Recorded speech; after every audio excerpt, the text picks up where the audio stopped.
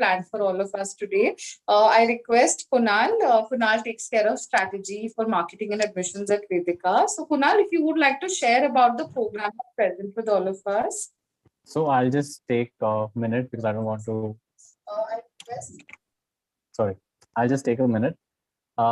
So Gauri, let me just give you a small update on where we are right now. We're still an 18 months program. And Gauri, are you there? I think your screen is frozen.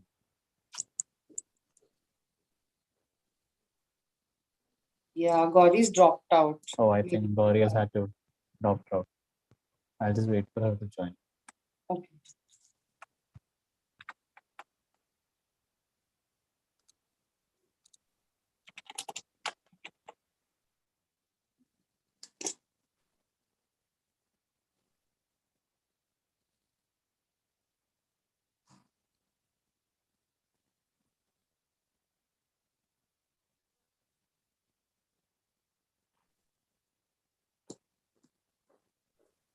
Anya, can you quickly call her and check?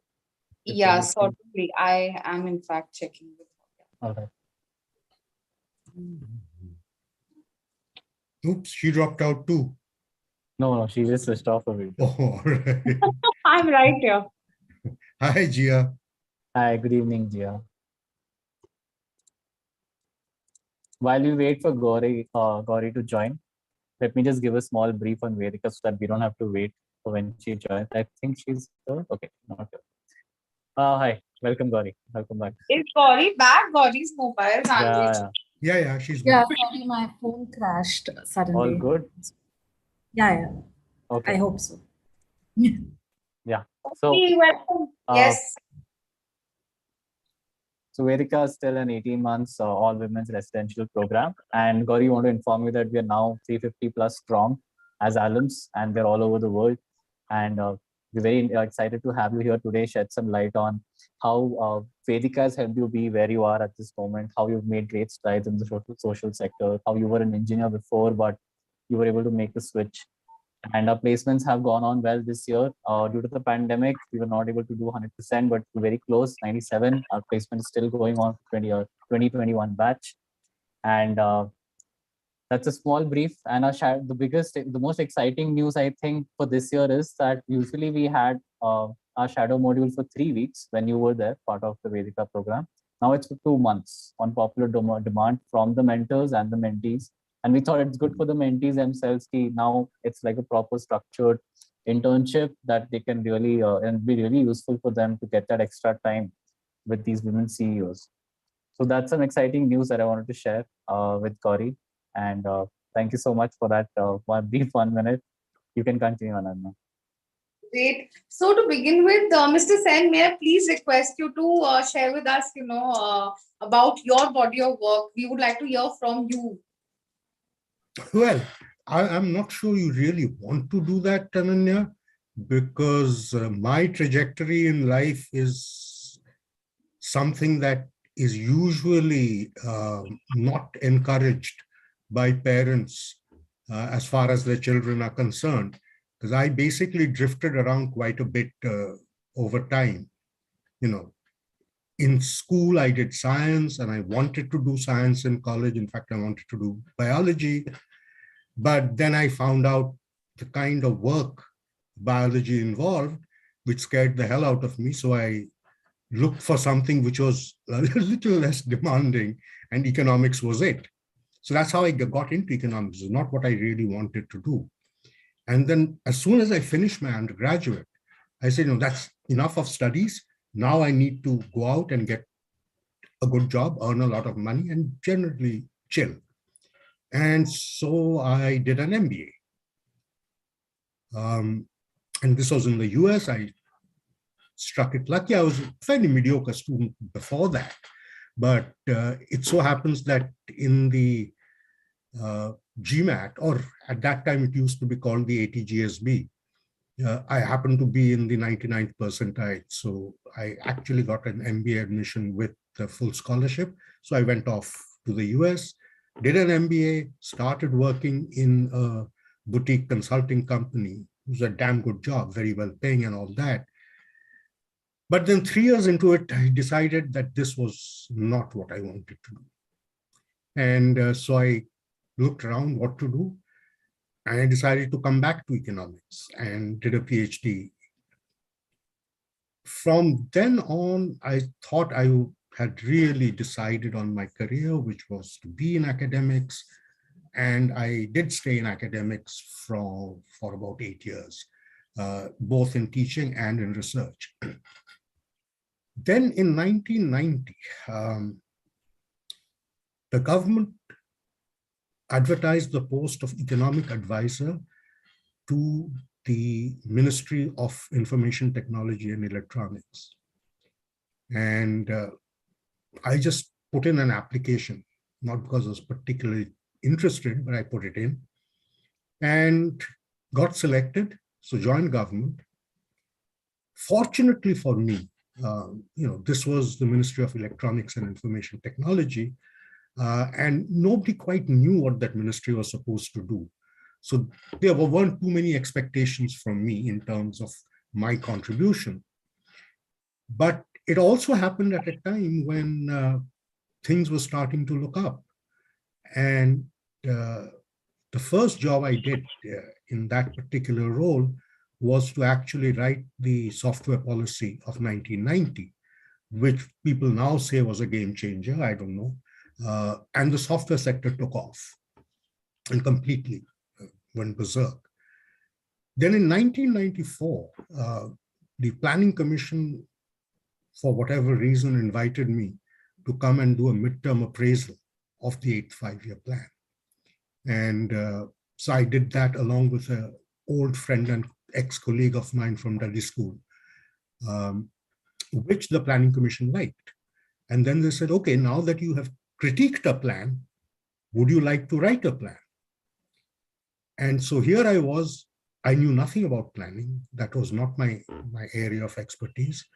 So I got thrown into learning planning techniques. I mean, it was literally off the deep end. I was given a year and a half to actually write a plan.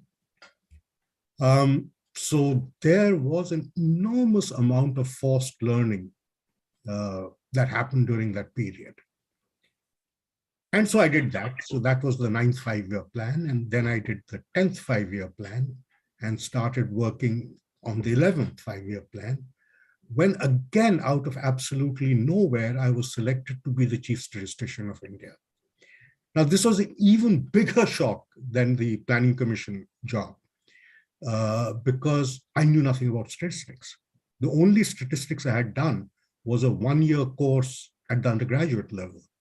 That was my knowledge of statistics. And as the chief statistician of India, I was dealing with some of the top statisticians in the world. And that was pretty tough because I essentially had to wing it through. So I did that for 3 years, and then got hauled back to the Planning Commission to do the 12th five-year plan.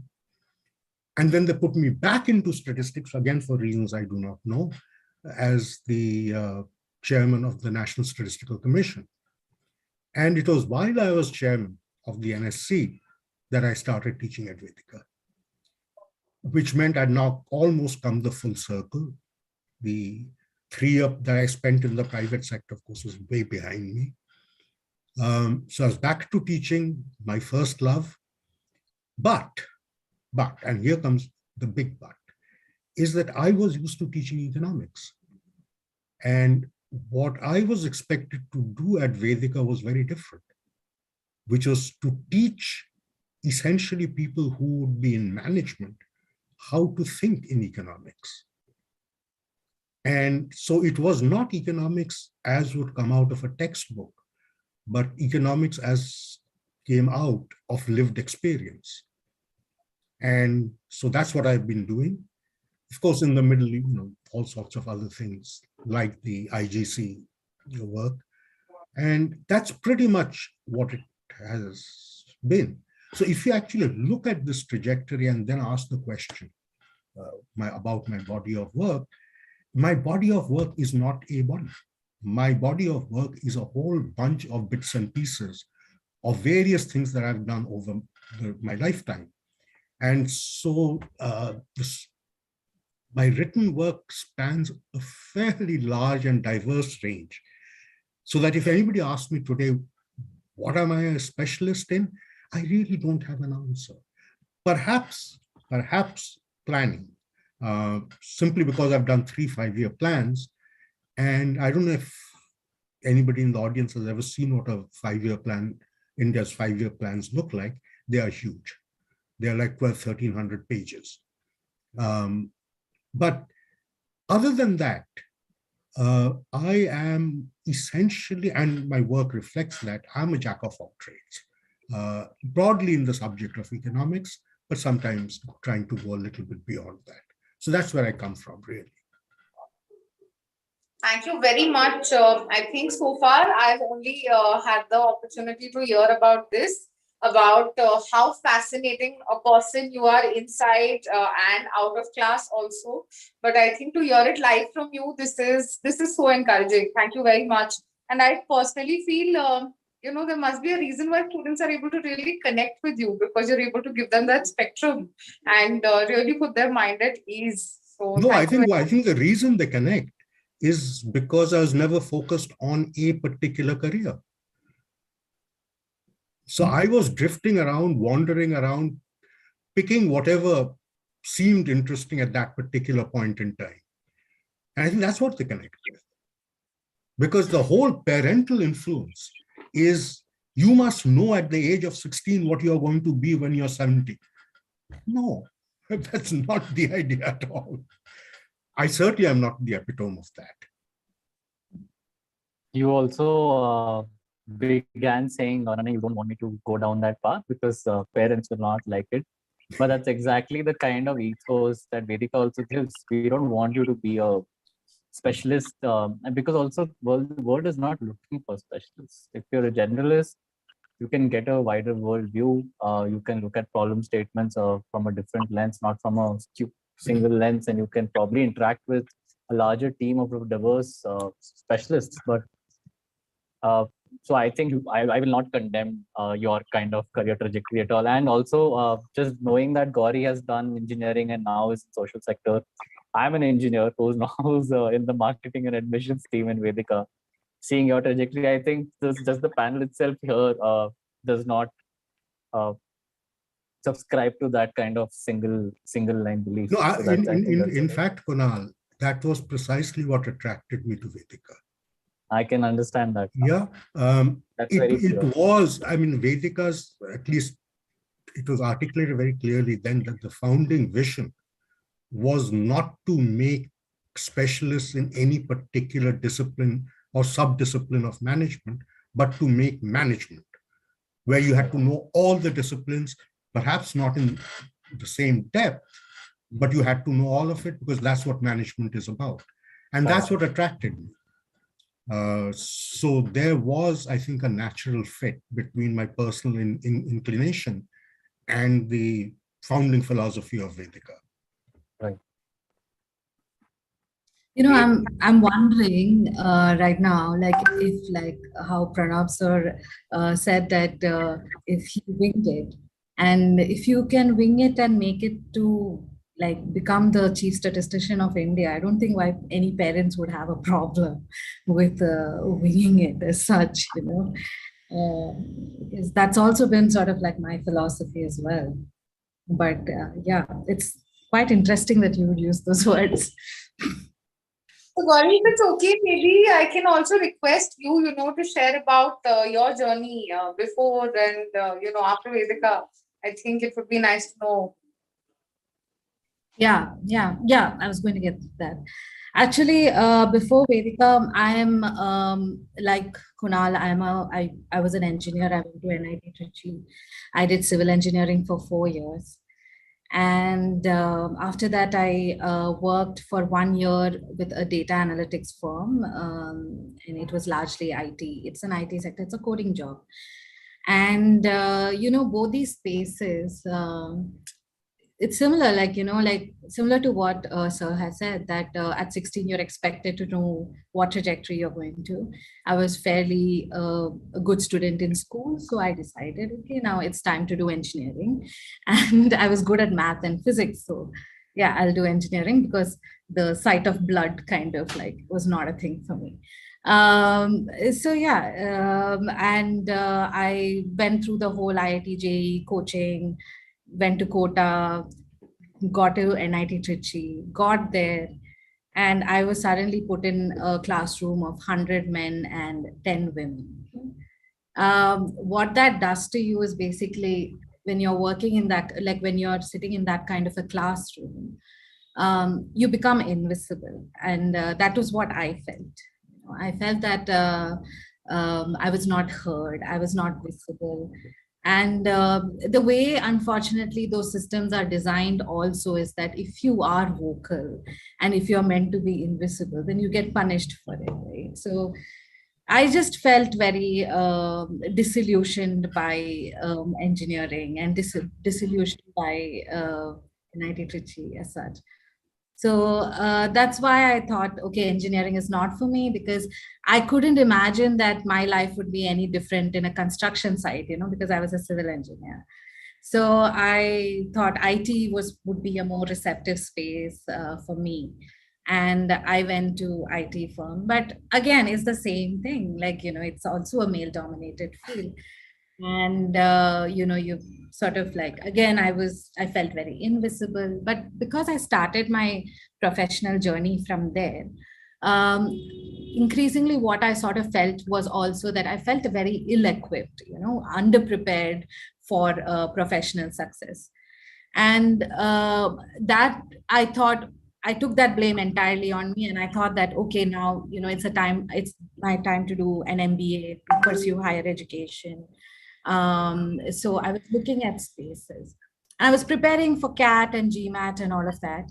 But I was, I had this gnawing feeling that, how, like, what would my experience be any different at an IIM, right? I thought not. And I was looking for spaces where, like, where I could assert my voice, where I could find my voice asserted, and where I could be more visible. And that's when I came across Vedica. And Vedica, I saw the curriculum, I saw the faculty, and generally the exposure that Vedica had promised. And I was like, yeah, I was part of the founding batch. There was no sort of data to refer to, right? But I was fully convinced, because that was the experience that I had as a woman in the corporate space. So I thought that, like, I was fully convinced. I convinced my parents. My parents are actually fairly liberal. So they also joined me, and they said, yeah, go for it, explore whatever you want to do.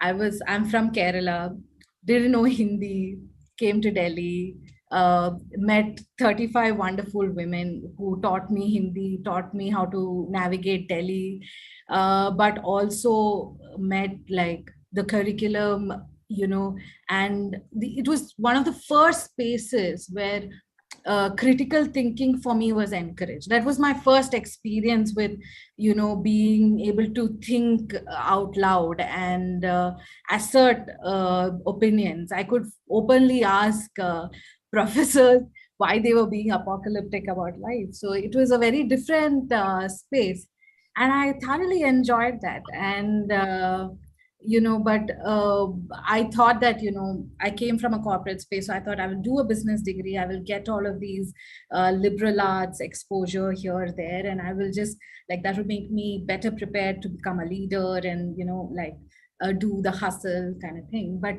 what I did not expect was, especially with the liberal arts piece, what it sort of told me was to look at how systems work. And the fact that, I felt underprepared was not entirely just about my capacities or my capabilities, but there were, like, huge systemic barriers that prevented me from attaining the kind of success that typically my peers who were, like, who had far more privileges did.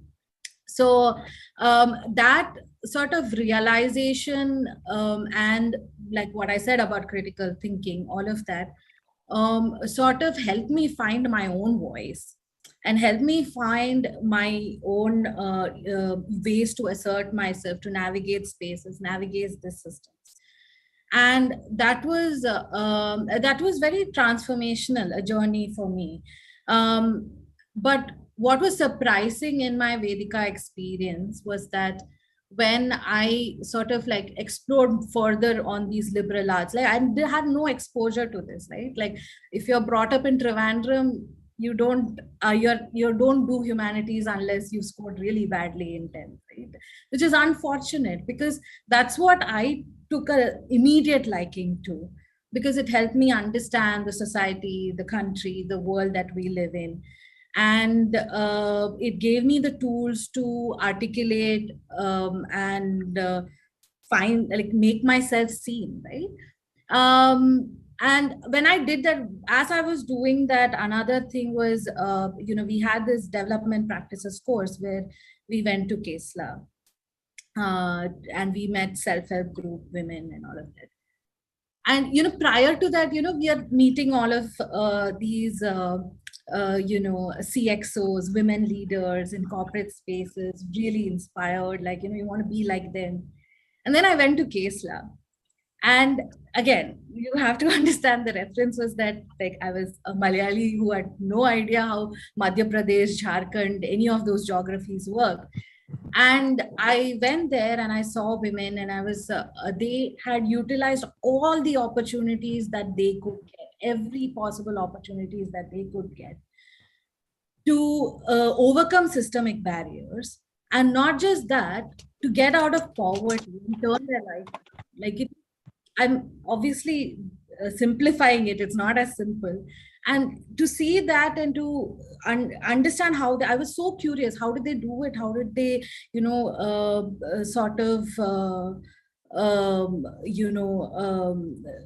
move around the world? So that brought me to, I wanted to understand and explore that more. And that is what brought me to Transforming Rural India Foundation. Like, I got introduced to this organization through the Vedica network. And I was like, how do you create opportunities for these women? What are designed for them? And it was my journey also was, for me, it was like, okay, I did things that made sense to me immediately. So this made sense to me immediately. Then I got curious about, how do people who work with SHG women work? Like, what are their motivations? Where do they work from? What kind of capacities, perspectives do they need? I was kind of like curious about that. And so pretty much, like, I do a bunch of things at TRI, but primarily what I do is design organizational systems, processes. It's largely an HR job. So I did take both of Vedica's offerings and sort of apply it in my life. Yeah. So that's been my journey. I've been there for 5 years, and it's been a very intellectually and emotionally rewarding period in my life. Can I just ask you a question, Gauri, since we are at this? Yeah, sure. Whatever you say about engineering education, the one thing that it does teach you is to think systematically. Yeah. Right? I mean, you're forced into systematic thinking. I mean, in fact, it's pretty much drilled into you. When you compare yourself to people who are coming from, let's say, a liberal arts background, can you sense that difference? Yeah, have you completely ditched your past? No, I haven't. You haven't. So, I'm like, what engineering does to you is to sort of like zero down on, identify and zero down on problems, like focus on one particular thing. And that's what, and I slightly differ in terms of, like, I don't think engineering did that to me. I think what my preparation to the JEE exams did that to me, where that is what I carried on. Like, I don't think the curriculum, you solve a bunch of math problems, you have that, but to hustle, right? Like, to sort of like, okay, there are so many variables that are functioning around me, but let me focus on this, let me sort of attack this, then move on to that. That kind of systemic thinking did help, that did happen. But I think that is entirely, and it's entirely my opinion, and but I think that it is entirely a product of having to learn so much like such a vast syllabus quickly. That I was good at. And you're sort of thrown into a space where you have to compete. So when you go to a college like NIT Trichy, you have to compete with people who are as with the like similar cognitive abilities, similar, like very, like everybody is a good student there. And then what sort of differentiates you is basically how much work you put into it and how smartly you do that. And that's how you win in that high pressure rat race. So that I think is definitely there. But I also feel that what social sciences people have a certain like, if the advantage that they have is that they're able to imagine better. We are like very process driven. They're more empathetic, more poetic in terms of how they view their life, and that is important. But you do know, of course, that if you look at the social economics is an early starter in this game, but every Yes. social science aspires to have some kind of a similarity with the hard sciences. So Yeah. theories are now being promulgated. You're trying to shoehorn observations into pre-existing theories. So a lot of the sort of thing that happens in sciences is something that social sciences are aspiring towards. And what you're saying is that's probably wrong. That the application part of the theory. No, of trying to convert the social sciences into something which is not about people as people, but people as categories and problems. Yeah, because it's hard for me to comment on that because I have not done a social sciences, I've not had a social sciences education. But from what I understand from my peers, even from like within my organization or even at Vedica, is that, yeah, there is like social sciences students are quick to bucket things in like, certain, I think, manner. But, engineers are generally very clueless. So we are sort of like, that's the truth. So we are like, okay, you tell me like, how I should explore. And like, I think I do understand like that one thing about engineering is that it's You need a about cheat sheet. yeah, you need a cheat sheet, exactly. Kunal understands that. So but also, these are things like, because I did civil engineering, I could see, I look at a building, I can see beams, columns, things like, you can see like I learned how to design that and things like that. So my worldview sort of became like that. Okay, what I see, can I sort of like look at the theory? Like I did it backwards instead of doing the theory and then applying it. So I think that might be a difference. I'm not sure. These are generalizations. Like, I don't want to be. So would it be, since that's such an interesting point in the discussion both of you are having, would it be okay to ask you to share with us, what do you feel about the youth being in the social sector? Is it needed at this point, or why should the youth be invested in the social sector?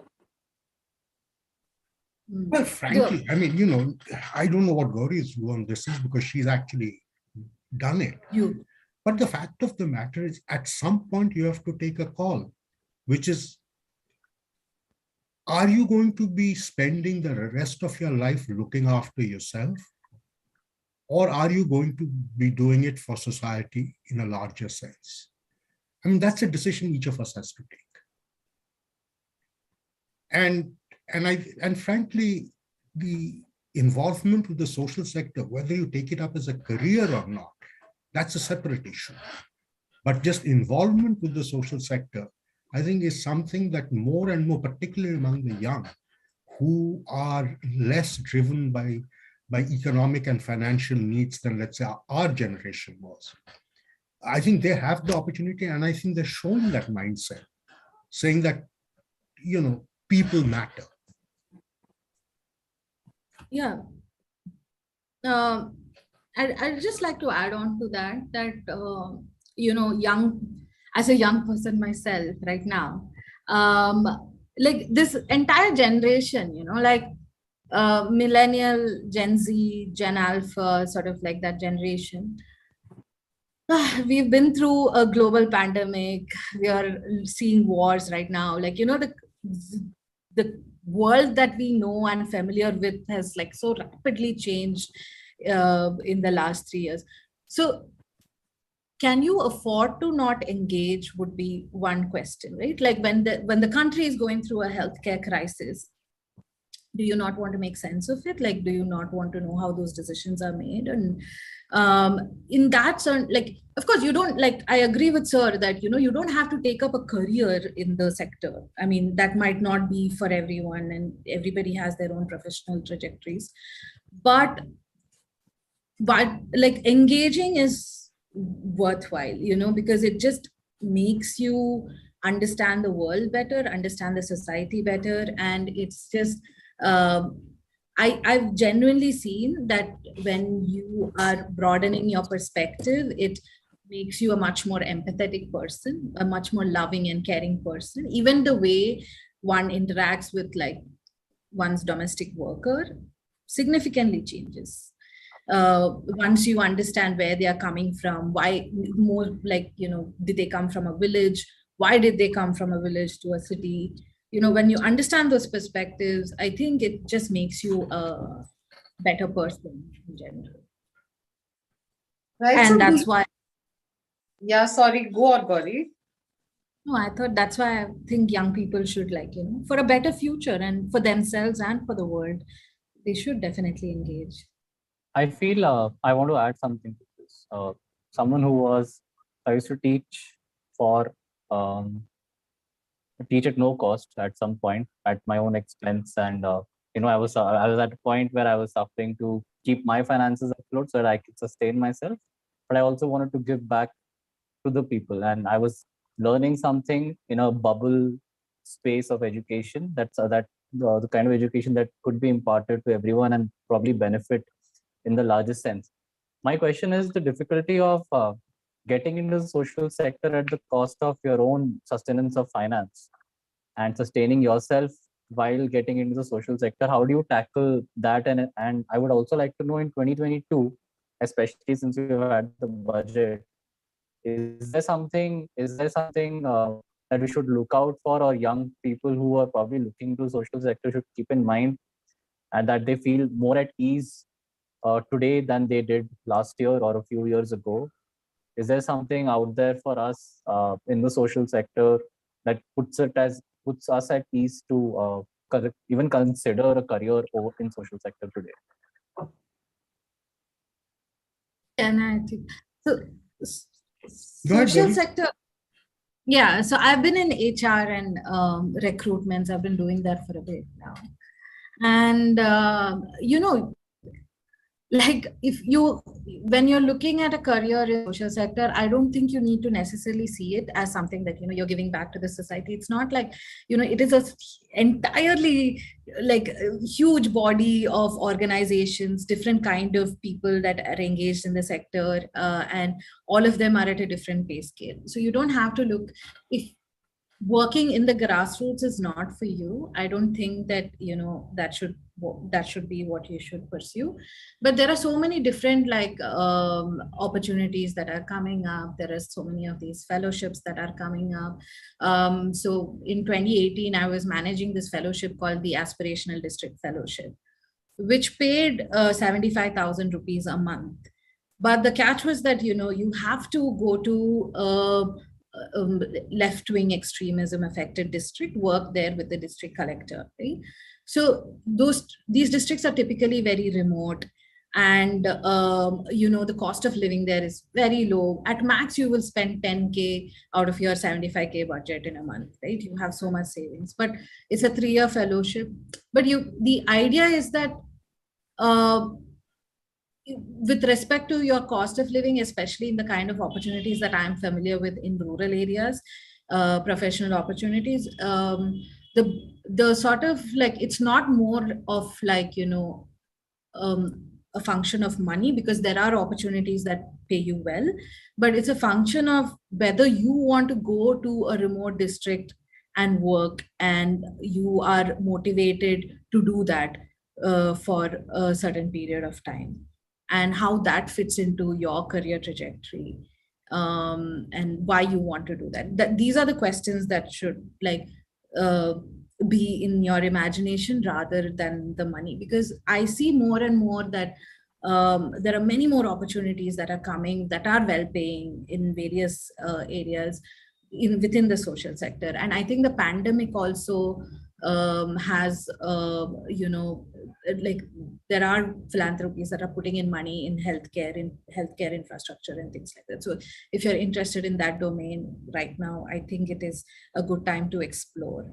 I'll just put on, like, there is a link. I think IDR, India Development Review, recently released a list of fellowships and these short-term engagements. These are also very good. Like, even if you're not sure of like a full, like, even if you're not sure of like taking in 10 years of like spending the rest of your life committed to the social sector, I think you can also look at these short-term 1 year, 3 year fellowships that sort of give you like a taste of what it is like to pursue the career, and then come to your own conclusion. I will link it to this.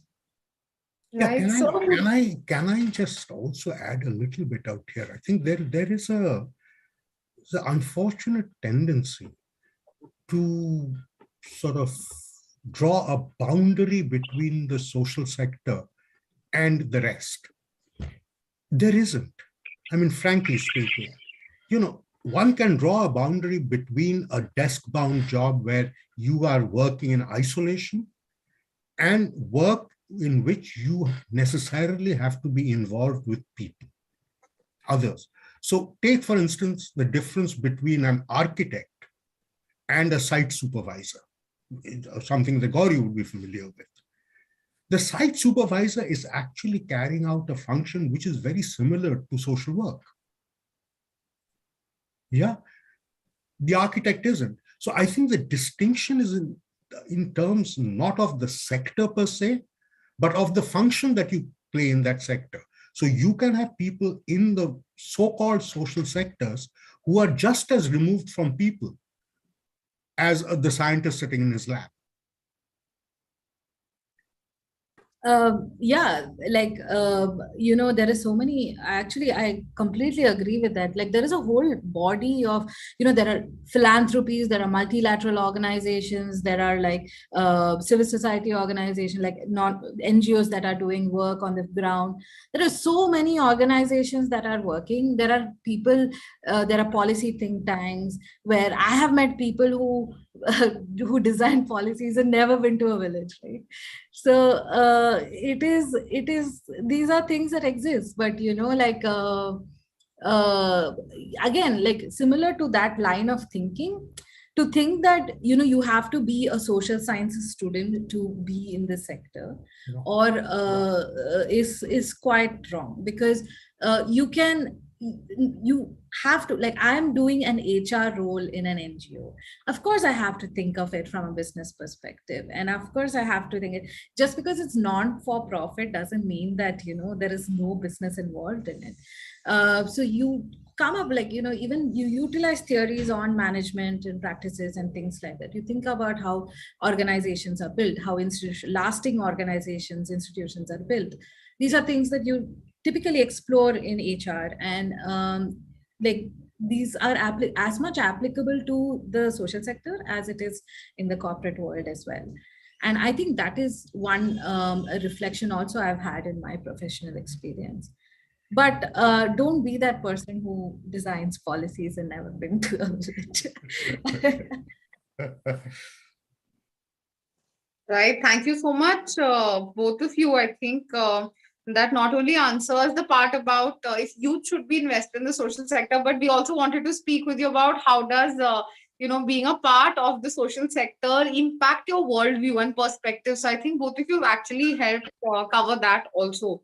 So also over here, Kunal, would you like to ask any question that we may have received from any of our scholars at this point, just given the paucity of time? So we had one raised hand. I don't know if that was a mistake or not, but I'm going to call out Marin. I think you had raised your hand. Did you have a question?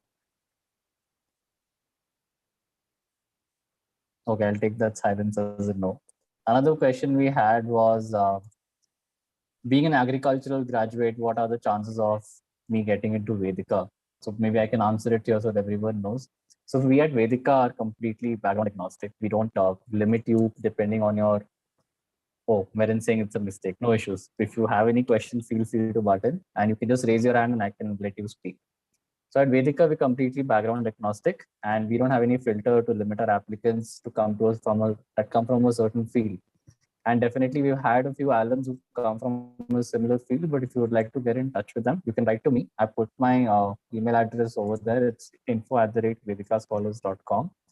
And as Pranab was also saying earlier that he's been noticing over the last 6 years, we now have a very diverse batch, which basically means we have an equal percentage of students from the sciences, engineering, arts, and humanities all together in the same under the same roof. And Pranav is finding it difficult to teach in Vedica now.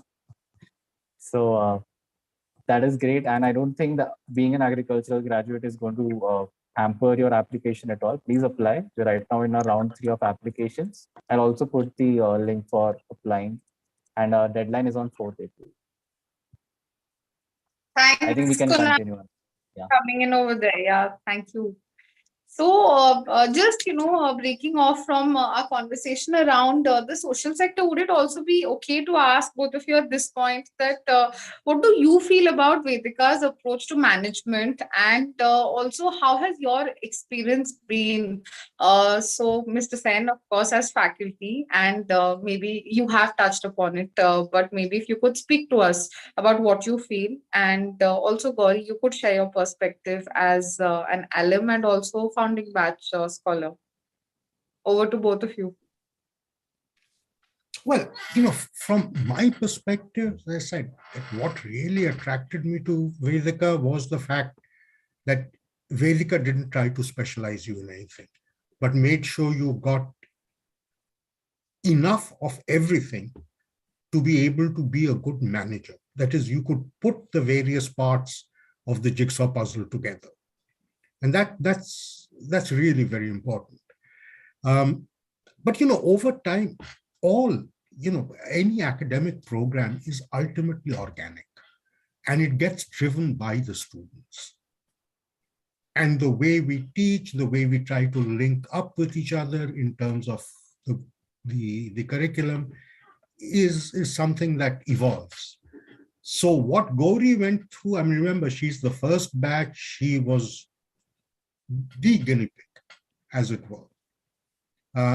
We've moved a lot since then. And I think it would have been really nice if we could have had somebody from the last batch in here with us and get Gauri and her to talk. I think it would have been fascinating, but my own sense of having been around for the last 7 years is that the program has evolved. It has evolved because that's what the program needed. Great, thank you. Thank you so much. Gauri, would you like to tell us about maybe like a walk down memory lane as to what you felt and how was management studies for you different from the perspective of Vedica? I think, in my experience in Vedica, many of us went through transformations, so I chose the social sector with having no context to it. At the same time, I've seen my fellow scholars who came from like Pragya, who did English literature, who came from that social sciences background and then sort of picked up all of these management things. And now she's a communications marketing person. I think the approach to the sort of like non-specialized approach to Vedika really helps in terms of even finding your space. Like, you know, how do you sort of see yourself in the future? And if you think there is something that you cannot do, like Vedika sort of can nudge you, and the curriculum and especially the management and the way the management is taught to you, it sort of nudges you to think differently. And I think that is an important to think, you know, to be more aspirational and things like that. I think that is an important part of like Vedika curriculum that is different from other management courses, because like, you know, my experience when I talk to other management graduates who've done like a typical MBA is also that you know, if you're done like they're like, I will become, if you've done marketing, I'll become the CEO of a country, of an organization, or you know, like it's pretty much a set path. But you can, at Vedica you have the space to experiment, and you can also like gives you the confidence to experiment in life as well. And I think that is important, and I think that makes your life a little bit more richer. Right. Thank you for sharing that approach. I think from what I gather from both of you sharing, one is Gauri sharing that how being a part of Vedica as a founding batch scholar helped you open your perspective in that way after especially maybe engineering. And I think what I hear Sir sharing and what is even more fascinating is that Vedica by itself has evolved over the years. And Sir, having seen that journey and given that the program has actually met with what the need of society and the young minds now is, I think it comes together so wonderfully. I feel like listening to Gauri that, you know, where the program began, and then listening to Sir being a part of the journey throughout, seeing that the program has been able to adapt to the need of the hour in that sense. So I think this is very fascinating for me also to now at this point. So I was with the program at the beginning, and then I had gone away to do my own, you know, work, studies. And now that I'm back to hear this kind of a journey, it's so enriching. So I think thank you very much, both of you, for sharing your perspective with us and also making time to join.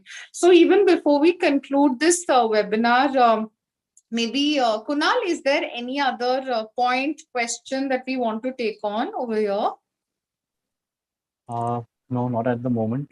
Pranab, if you have any questions for Gauri on how she's doing at the social sector, what it's looking like, and if you have anything to share to all the young people that are here on, and also I was kind of encouraging Gauri when you actually shared the fellowship link. I was looking at it, and you were right in saying that, you know, I guess it was about compromising on my current lifestyle versus actually choosing to do or be something in the social sector.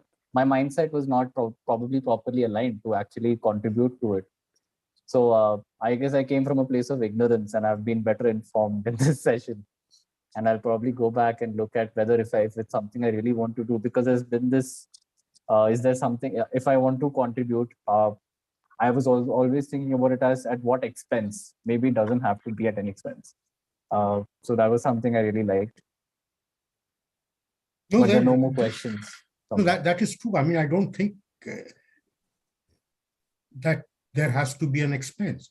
You know, volunteerism is one thing, but getting involved with the social sector is a different thing altogether. And you really shouldn't confuse the two.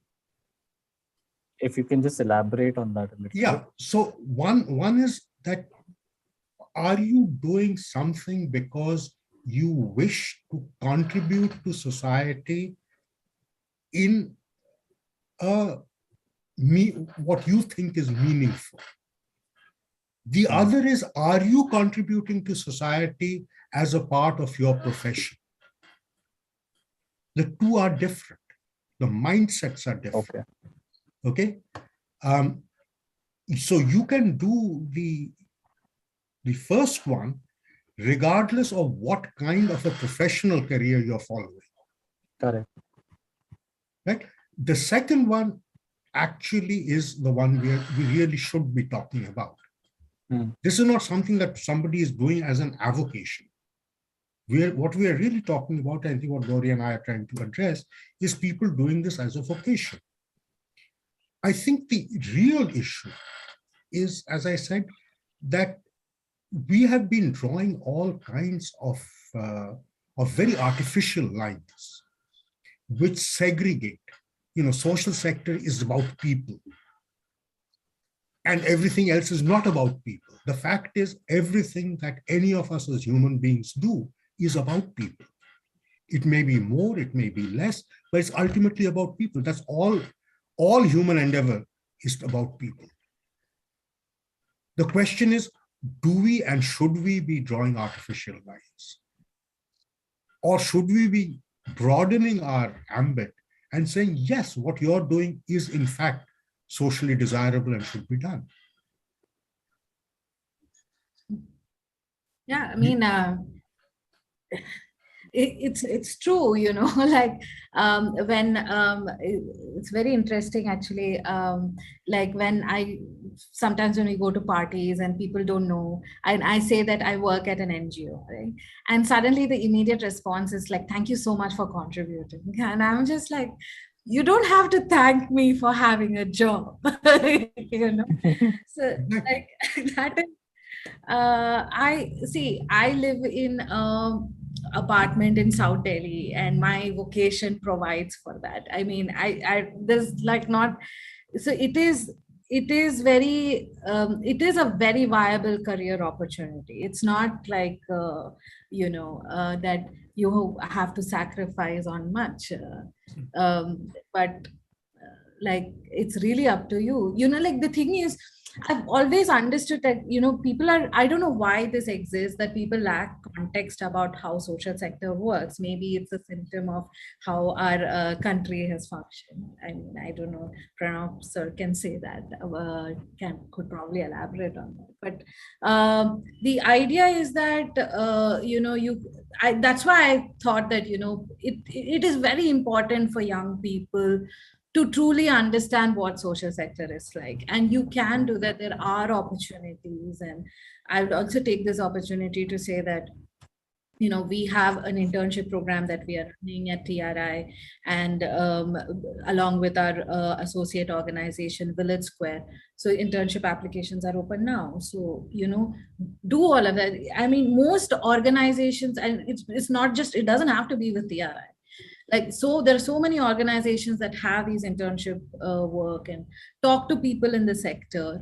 One of the things that cemented my decision to sort of pursue a career in the sector was when Nivedita Narayan from Pradhan, who takes the development practices course, I just went up to her and I said, I want to know what the sector is about. She called me, she invited me to Pradhan's office. She sat with me for like half an hour, explaining to me the entire length and breadth of the social sector and where I can sort of see professionally. And that kind of like an explanation is probably necessary for everyone. So it's, it's not really something that you have to even feel guilty for. I don't know. People also tend to feel guilty, right? Oh, I'm sorry, I might not be doing enough. And it's like, no, like I'm not feeling any. I'm not thinking that, because I'm not part of like the corporate world, I'm missing out on anything. So it's no. But do you feel morally and ethically superior to that lot? That's the question. Yes, I do. That's an added advantage. I think that's a huge plus to taking a social sector job. You can just have a moral high ground constantly. And that's fun. So over here, can I ask, sir, since sir made it so interesting by asking you back on this question. So it's not necessary that, like you said something about the mindset, right? Being it's not so much about people working in the social sector, but having that mindset of contributing in such a space, which could be, like we could begin from our own homes. But over here, and this point about moral superiority or feeling, in a certain way, how does one check oneself in such a space? And how does one ensure that one is continuing to contribute and not just being righteous in a certain way, especially for the youth who want to get into this space and work there? That's a very good question, Aranya. And really, frankly, I think the answer, and Gauri, correct me if I'm wrong, and the answer is that are you being professional about it? Yeah. Because your contribution has to be the professionalism that you bring to it. If you're doing this in a sort of fuzzy kind of a way, you're not helping anybody. The reason you want to be in the social sector is that those sectors require the same kind of professional skills that any corporate does. In fact, to a greater degree, because it's a more complex world. A corporate is a relatively less complex entity than a community. And the question that you have to be that, am I giving the best I can professionally? And is it making demands on me as a professional that is challenging me to give my best? Yeah, I agree. 100%. Like, one thing that I sort of like always sort of evaluated was, I mean, I was joking about having a moral high ground. That's not why I took up a job in the social sector. But why I did you taking liberty giving your a scholar. no, it's fine. But but what I sort of like looked at was like basically three things, which is this exciting for me? So when I say exciting, it's basically, is this emotionally and intellectually engaging for me? And my job currently is. And that is why I like it. It is not because of like, the moral high ground, but it is also like, okay. But that's like, and I think that is something that people miss out on, like, I think you need to see if your job is emotionally engaging and intellectually engaging. Otherwise, you're not driven to work. There's no need to pursue excellence otherwise. So it is, if your job makes you pursue excellence, you have a great job. That's it. Absolutely. 100% agree. I think, thank you, both of you. I really feel that this was a high point in the webinar, because the beauty of it was the interaction between the teacher and the student, and also seeing that the teacher, even at this point, continues to encourage not only the student to challenge one's preconceived notions, but also all of us, I think, who attended today's webinar. So, Pranab sir, thank you very, very much for that. I think it's been very enriching. And it's lovely seeing Gauri after so many years. It was a pleasure meeting. As you suggested, maybe idea, I think, but too. Sorry, Kunal, you were saying something.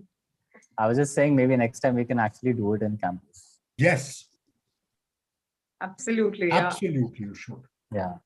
Gauri, thank you very much for coming down to campus, planning this, and telling us about this little anecdote about, out of class interaction with sir, and then, ensuring that this flows like this. So thank you, Gauri. I think without, of course, our scholars, nothing is possible for us. And thank you very much, sir, for making time and being with us. Kunal, anything else you want to share with us? And then we can... No, I think we're good. Thank you so much for your time, Pranab sir and Gauri. Thank you so much. And I did interject some very personal questions that were good for me, and I hope it helped anyone else in the audience as well. And thank you so much for being with us here today, this evening. Well, bye-bye, everybody. Hope to see you very soon. Yes. Sure. Thank you. All right. Thank you so much. Take care, Gauri, and be in touch. Thank you so much. All right. Thank you, sir. I will meet you offline also. Yes, yes, absolutely. Okay. But we live close enough. I'm Yeah. South Delhi as well, so just we have to Yeah, get. I will Okay. drop by.